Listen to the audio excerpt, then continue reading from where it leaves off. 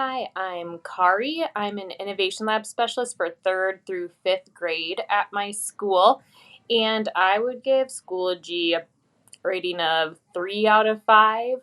And for more reviews like this, please click the link below. We have upper elementary, so we only use Schoology with our upper elementary students.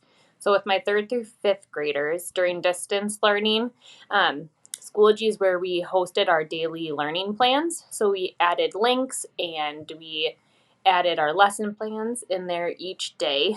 And then students could turn in their assignments, they could comment, they could do discussions with their fellow classmates. And so that's what we mostly used it for, is kind of giving the daily learning plans during distance learning.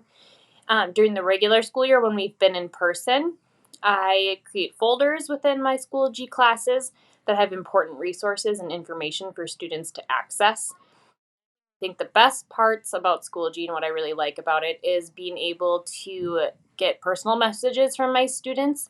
They find it easier to use than like email. And so if they have a question or if they're not at school, Schoology is one of the easiest way for students to get in contact with us as teachers.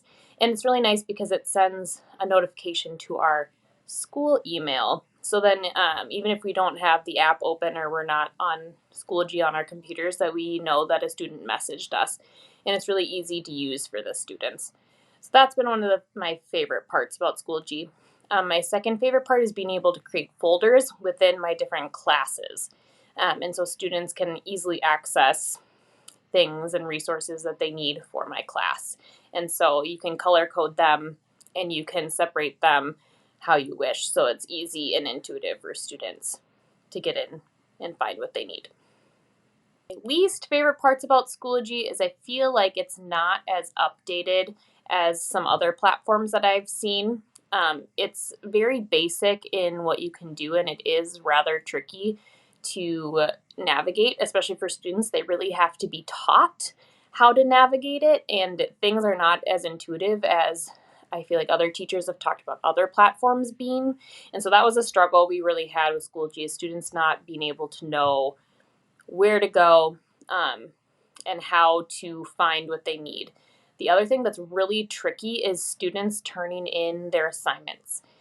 It says it's compatible with Google Suites and Google Docs, but it does not work very well.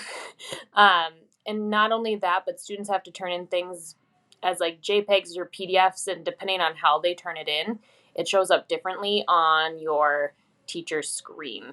And so it makes grading really difficult when they're turning in assignments online versus in person.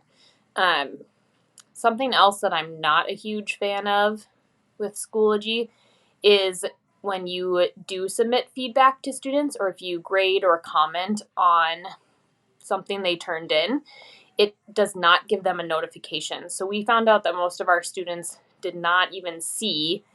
They had to go in and personally take the initiative to go in and check and see if they had feedback. And as you can imagine, 3rd through 5th graders are not great at being proactive and looking at that themselves. If they were able to get a notification, I think that giving feedback could be a really valuable tool. One other thing is just, I know it tried to expand as distance learning became more of a thing, but they're trying to integrate Flipgrid and other different types of platforms, and the embedding them within Schoology was not good. And so we could do external links, but then students were having to hop back and forth, which is difficult on their iPads. Their discussion boards also are very kind of archaic. They don't really have messaging or video capabilities or anything like that. So everything just looks really old and kind of outdated. And I think that more things that are coming out are more student friendly and easy to access and more engaging than Schoology is.